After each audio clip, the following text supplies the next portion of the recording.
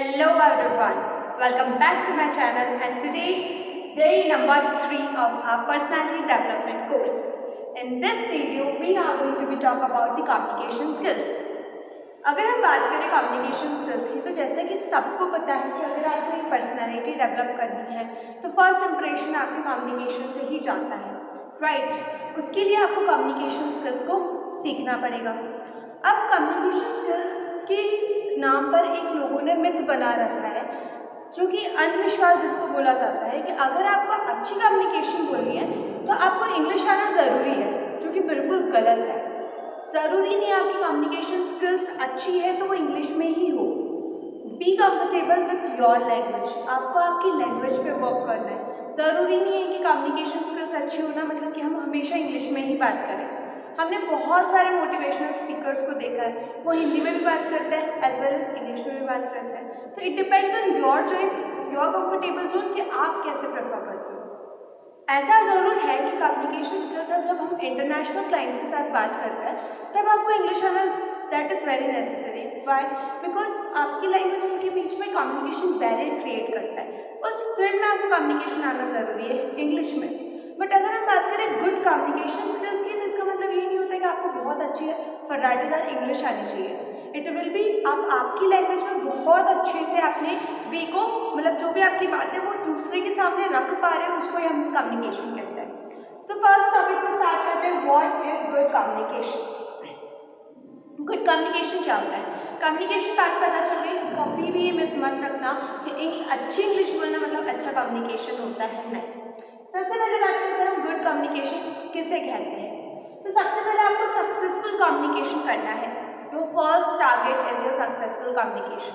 मतलब क्या, आप जो भी बोलना चाहते हो, मतलब जो भी आपके दिमाग में थॉट है वो आप सामने वाले तक पहुंचा पा रहे हो। सबसे पहली बात तो ये है कि सामने वाला आपकी जो बात है वो समझ पा रहा है। बोलने में तो आप कुछ भी बोल सकते हो ना, बट सामने वाले को जब तक वो चीज़ समझ में नहीं आ रही है तब तक आपका सक्सेसफुल कम्युनिकेशन नहीं है। कम्युनिकेशन मतलब क्या होता है? Sharing of the information, sharing of the thoughts, knowledge, that's it. तो शेयरिंग कब होगी? जब सामने वाले को वो चीज़ समझ में आएगी, तभी तो आप उससे शेयर कर पाओगे। तो first is a successful communication तब होगा जब आप लोगों को अपनी बात समझा पाओगे। सेकेंड होता है इफेक्टिव कम्युनिकेशन। इफेक्टिव कम्युनिकेशन मतलब क्या होता है? अभी सक्सेसफुल कम्युनिकेशन करा आपने, सामने वाले को अपनी बात समझा दी। सेकेंड होता है इफेक्टिव कम्युनिकेशन। इफेक्टिव कम्युनिकेशन तब होगा जब सामने वाला आपकी बातों से बोर ना हो, ठीक है, थोड़ा इंटरेक्टिव वे में। अब आप बोले जा रहे हो, सामने वाली ऑडियंस में लाइक कब खत्म होगा यार इसका, ऐसे, तो वो बिल्कुल भी इफेक्टिव कम्युनिकेशन नहीं है।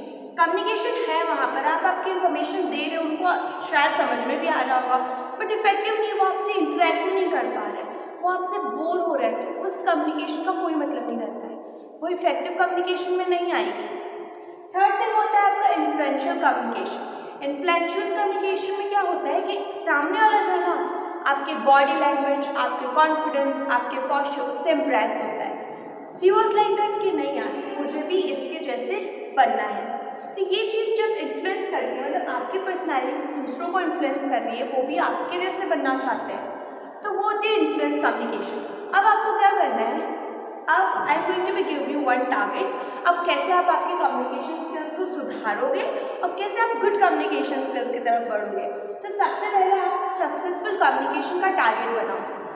एक हफ्ते के अंदर ये जो वीक है इसमें आप अपने आप को चैलेंज दो कि मुझे सक्सेसफुल कम्युनिकेशन करना है।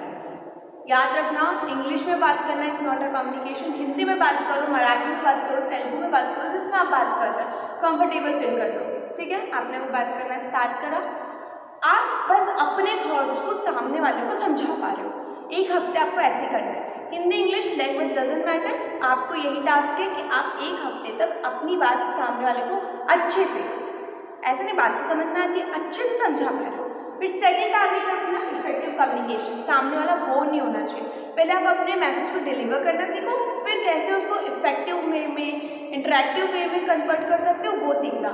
Third one influential communication. इसमें आपको थोड़ा ज़्यादा वर्क करना पड़ेगा, टाइम भी थोड़ा ज़्यादा लगेगा, बट अभी ये दो टारगेट है जो कि आप बहुत जल्दी अचीव कर सकते हो।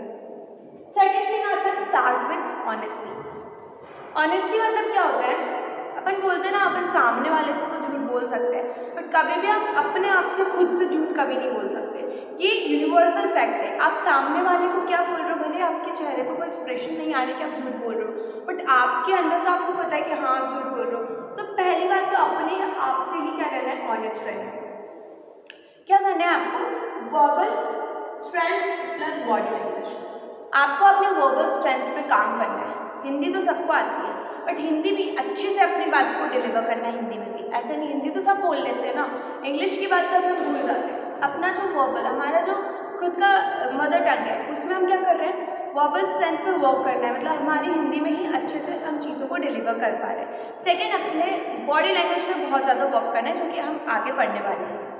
थर्ड थिंग आता है अपीयरेंस। बहुत कॉमन वर्ड है अपीयरेंस। आप लोगों को देखने से ही जज कर लेते हो कि वो इंसान कैसा है। सबसे पहली बात, आपको अपीयरेंस में क्या करना है, प्रेजेंटेबल लुक में रहना है। ज़्यादा फंकी पैटर्न में आपको कभी नहीं रहना चाहिए। टू बी वेरी सिंपल, जितना इंसान सिंपल रहता है उतना वो प्रेजेंटेबल फॉर्म में लगता है, उसकी पर्सनैलिटी इतनी ही अच्छी लगती है।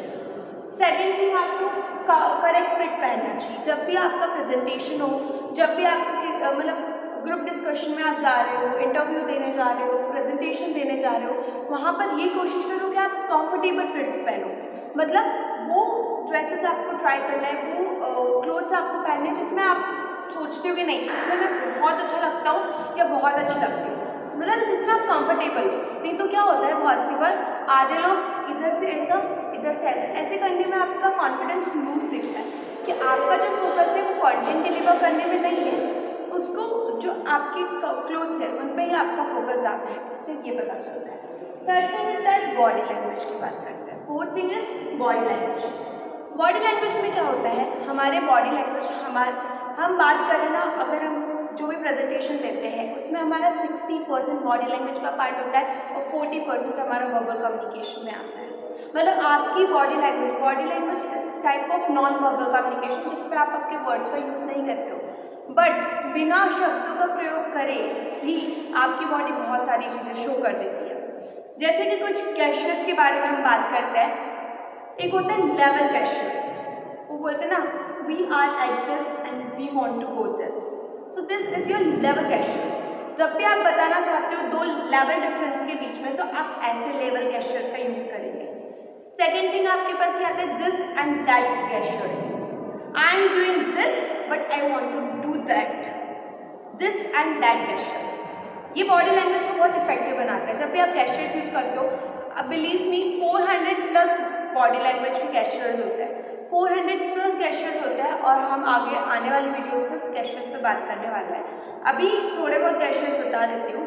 लेवल गेस्चर्स होता है, दिस एंड दैट गेस्चर्स, और एक होता है पॉइंटिंग गेस्चर्स। वो पॉइंटिंग गेस्चर्स हम कहीं पर भी यूज़ नहीं कर सकते, और स्पेशली अगर आपने हायर अथॉरिटीज़ के सामने गेस्चर यूज़ कर लिया ना, तो दे वर लाइक दैट, अच्छा हमसे बड़ा बन रहे हो, ऐसा हो जाता है। तो ये पॉइंटिंग गेस्चर कब यूज़ करते हैं, जो भी मोटिवेशनल स्पीकर होते हैं, या फिर आप कुछ चीज़ें बताना चाहते हो लिटरली, और आप अच्छे मतलब वहाँ पर मोटिवेशन देने गए हो, हायर अथॉरिटी में हो, तब आप ये पॉइंटिंग गेस्चर का यूज़ कर सकते हो। अदरवाइज इसको नेगेटिव गेस्चर में भी डाला जा सकता है। तो यही था आज बॉडी लैंग्वेज का। नेक्स्ट वीडियो में हम आगे इसकी कम्युनिकेशन स्किल्स के आगे पार्ट को कंटिन्यू करेंगे।